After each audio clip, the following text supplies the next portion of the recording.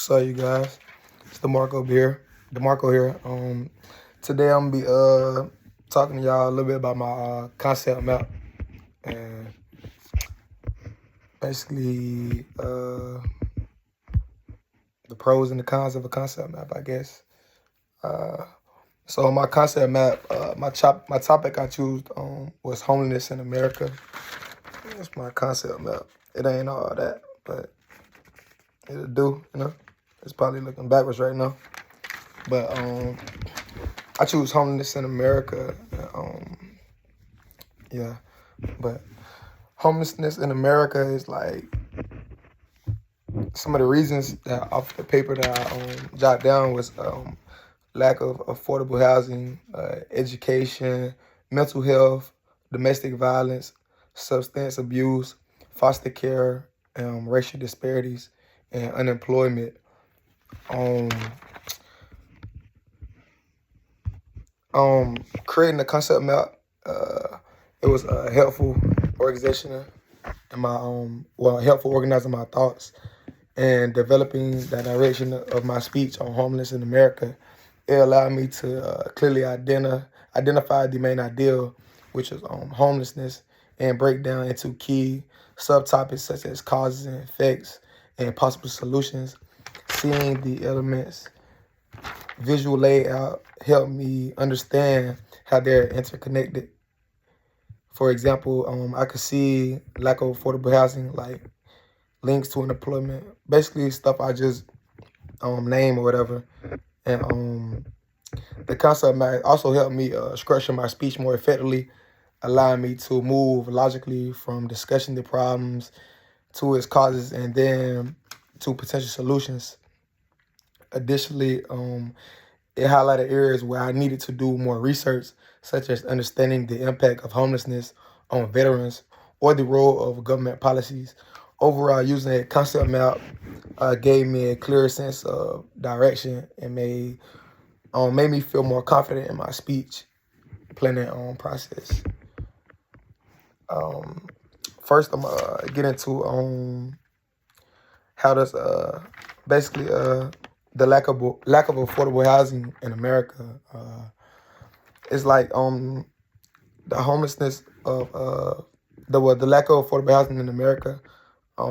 It's homelessness is both of I wrote it down on my I typed it all in on the computer, so I know that's why I'm keep looking at my computer.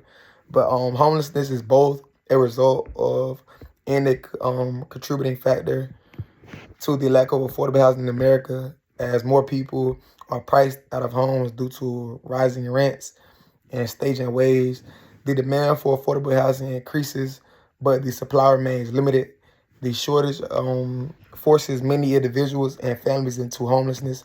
At the same time, growing homelessness put pressure on shelters and public services, because they can get overcrowded, because in today's world there's so many people that's homeless and don't nobody choose to be homeless.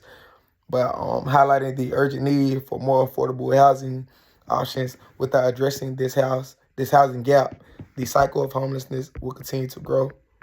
Like as life goes on, decades after decades, it's going to be just more and more people homeless. Sad to say, but that's just how the world is. Another one is education. Homeless has a serious impact on education in America, especially for children and youth.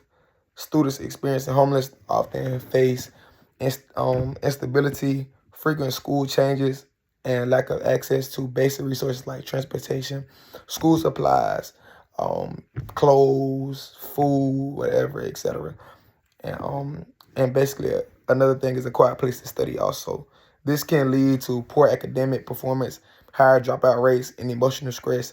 The challenges of homelessness make it difficult for students to focus on learning, which affects their long-term educational success and future opportunities. Um, the other one, mental health. Homelessness has a significant negative impact on mental health in America. Living without a stable shelter exposes individuals to constant stress, fear, and uncertainty, which can lead to or worsen conditions like anxiety, depression, post-traumatic stress disorder, like basically PTSD. Y'all know what that is. Lack of access to consent, health care, and support services makes it harder for homeless individuals to receive treatment, creating a cycle where poor mental health and homelessness reinforce each other. This ongoing struggles affects not only individuals but also places a burden on emergency service and public health systems. I'm on domestic violence right now.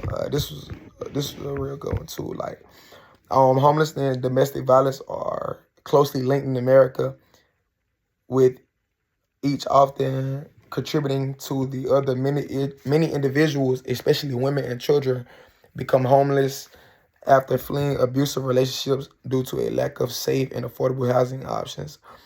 Once homeless, they are at a high risk of experiencing further violence and trauma.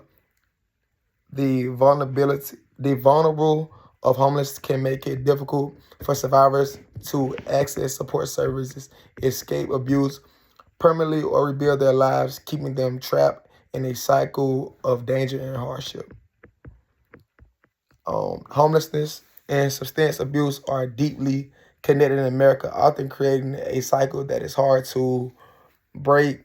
Many individuals turn to drugs or alcohol as a way to cope with stress, trauma, and harsh conditions of living under stress. At the same time, substance can make it harder to find and keep stable housing or access treatment and support services without consent, healthcare, or rehabilitation programs. Addiction often worsens, further trapping individuals in homelessness and making recovery more difficult. The effect of foster care dealing with homeless significantly affects the foster care system in America. When families become homeless, they may lose custody of their children simply because they lack stable housing. Like, if you're homeless and you got kids, it's gonna be difficult because you can't take care of your kids if you don't have nowhere to stay. Not because of abuse or neglect. This leads to more children entering the foster care system, increasing strain on already limited sources. Additionally, youth who age out of the foster care without permanent support are at a high risk of becoming homeless themselves. This cycle between homeless and foster care highlights the need for stronger housing and transitional programs for vulnerable families of young adults. Excuse me. Um, how does homeless affect racial disparities?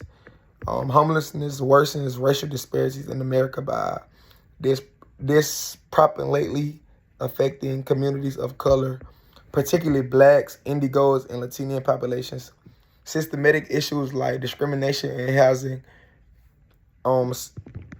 like discrimination of employment, demonstration of employment in the criminal justice systems contribute to high rates of poverty and homelessness among these groups. Once homeless, people of color often face additional barriers to accessing shelter services and long-term housing. This depends existing inequalities and reflects how structural racism continues to impact who become homeless and who receive support to recover. The last one on the paper is unemployment right here, and it unemployment are closely connected in America, with each making the other move difficult to overcome. Without stable address, transportation, or access to clean clothes and basic hygiene, it becomes much harder for individuals experiencing homelessness to apply for and maintain a job. At the same time, losing a job or facing long-term unemployment often leads to housing loss, especially for those without saving or support. This cycle creates long-term economic instability, making it difficult for people to escape homelessness and re-enter the workplace.